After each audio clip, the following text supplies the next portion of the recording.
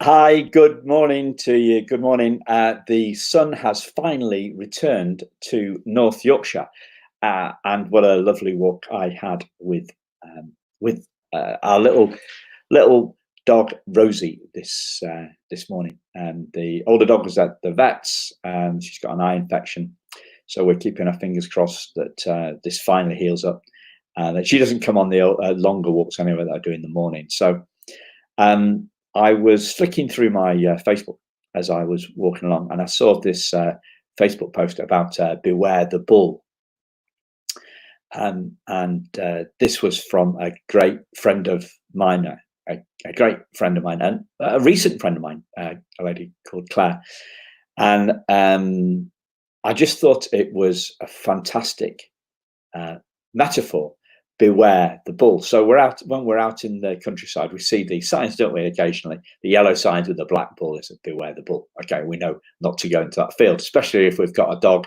The bull is going to go mental, and yeah, we've seen all those bullfighting. That disgusting, horrible thing. Yeah, bullfighting, and we're scared of bulls. They can be pretty nasty animals. So beware the bull. But what about bewaring the BS? The stuff when we're walking through a field that a bull's been in, we need to watch out for the BS. And as we're never, because we don't want to step in that mucky stuff, and as we're going through life, beware the BS. So beware the BS on a couple of different levels here. One, the social media BS. So the people who are out there living their best life, whilst internally they are crying, but they're putting this fake persona onto the world, which makes us mere mortals like you and me feel somehow inadequate. And so does that though? Does that over gleamy, cheesy grin, and we're having a fantastic time lining up the kids' pencil cases in the homeschool, all this kind of stuff? Does that actually make us?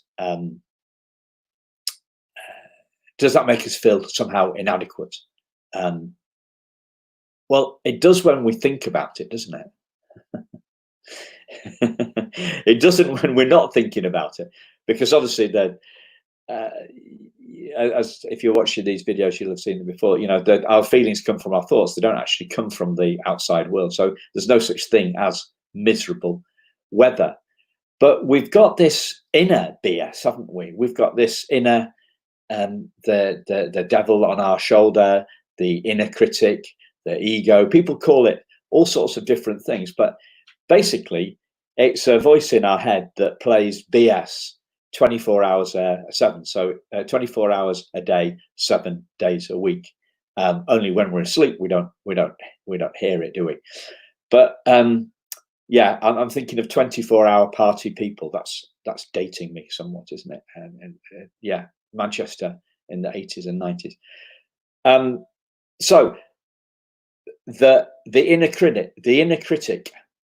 the BS in our head is BS, and once we catch our own BS, we can navigate life a lot easier in that moment. But all too often, the BS is disguised. So maybe it's maybe we've been listening to it so long that we don't see it as BS. I know that's what I did. Maybe the BS is covered up, so maybe there's some grass. So if this was actual BS in a field, this would, there's some grass cuttings that have hidden the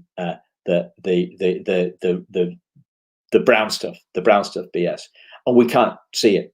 But that BS isn't who we are. It's just the inner critic telling us that we are SH1T, and we are not.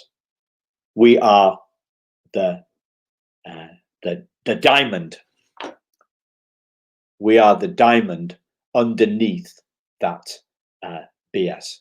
Your child was born perfect. You saw that perfection in your child, and your mum saw that perfection in you.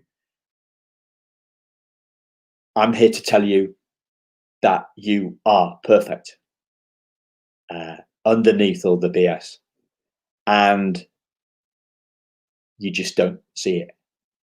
And I know exactly how you feel, because I didn't used to see that either. Okay. Have a great day. Bye-bye.